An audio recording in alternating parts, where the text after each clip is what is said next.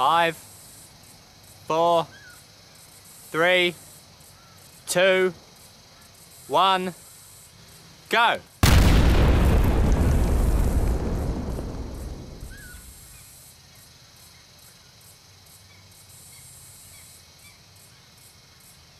You're only supposed to blow the bloody doors off!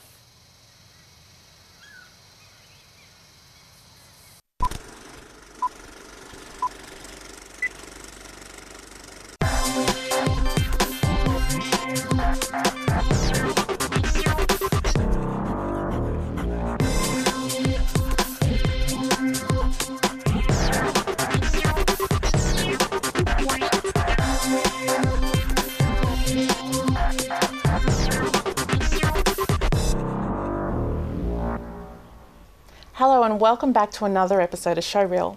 Take a look at any cinema listing today and you're sure to find that at least one of those box office releases is a remake of an old movie. But to be a successful movie makeover, you'll need to dress up the remake with some big name actors, a chart-topping soundtrack, and of course the biggest and best special effects you can find. Today's guest is no stranger to special effects. Liam Whitehouse is a special effects artist who's worked on some pretty fantastic projects, including Transformers 3. Although focused on post-production work, you'll also find Liam at the Griffith Film School, where he lectures on special effects. We're very lucky to have Liam join us in today's episode of Showreel. Welcome, Liam. Thanks. Hi, Liam. How you going? So, Liam, tell us, how did you get your start in special effects? I basically really enjoyed Star Wars and Empire Strikes Back when I was a kid. And I wanted to make a career out of creating models and special effects for movies. So I, did art and sculpture and made some sort of miniatures when I was younger. So when the rest of us were making paperclip holders for our dads to take to work, you were making massive special effects for Transformer type movies? Yeah, I was learning 2-point perspective. Excellent. So yeah, it was basically. Special effects is a combination of sort of science and art blended together. So visual effects is a team of scientists and a team of artists and people that know both, sort of combining those skill sets together to create all Avatar and Star Wars and Jack the Giant Slayer and all the different movies that we see on the silver screen today. Now, just on that, it's definitely not for the technically challenged like myself. What kind of subjects do you need to do to get a start in special effects? The best artists that were at Weta and Industrial Light and Magic would probably be people that have traditional fine arts training and computer sciences training. So that's like Python and C++ kind of computer nerding, coding, and painting, drawing, sculpture, photography, lighting, and those kinds of things. And that has to change every year as well, because obviously we see a shift in technology with phones and computers and tablets. I can only imagine the software changes every year, so you need to be able to keep up to date with that. Yeah, so a lot of studios write their own software, so the stuff that we're using on our tablets and on our operating systems is being developed by scientists at places like Industrial Light and Magic, and then it filters down into the general population. So a lot of stuff like Photoshop was invented in the 80s at Industrial Light and Magic, and now that's used by mums and dads today to make their kids' pimples go away. That's pretty amazing. Now, you were lucky enough, but also I think you have to say talented enough to get yourself some spots in some really major movies. And one of those was Transformers Dark of the Moon. Tell us about how you got into that. It's pretty amazing to work on a Transformers movie. Well, basically I was working down the Gold Coast doing architectural visualization, and I really wanted to move into a sort of feature film special effects thing. So I rented a high definition video camera, which cost me $2,000 for the weekend. And this was in 2004. And then I filmed a short video, and I did the 3D animation and sort of production for that by myself.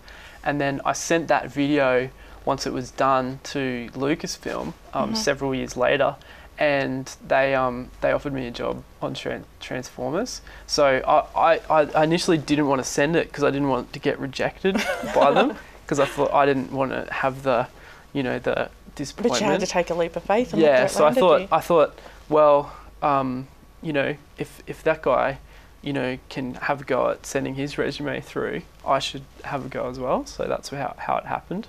Absolutely. Tell us about some of the simulations that you did specifically for that movie. When we watch it, what will we see that was yours? So the main sequences that one of the main simulations I worked on was the driller worm eating the building in half, and then it fell over onto another building. So we had to fill the building with all different levels of office furniture and chairs and props, and then each level at a time would slide out of the building and smash through the glass and then fall out onto the street. And that was used for that whole sequence through the movie. And so if we're looking at a scene, say for example an action sequence that takes maybe a minute or 2 minutes on our screen, how long does that realistically take to make? So when I was working at Lucasfilm, we would basically I worked on 8 shots over the 7 months I was there. So a shot is typically can be around 48 frames long.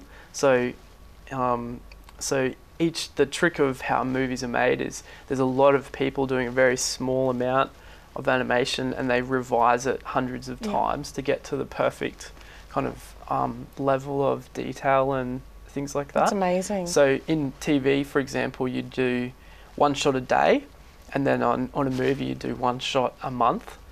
So you have that extra time to fine tune it and get the extra lighting detail and animation finesse into it. Yeah. Now, I've also movies that are conceptually brilliant but are just poorly executed. What kind of movies do you think need a special effects remake?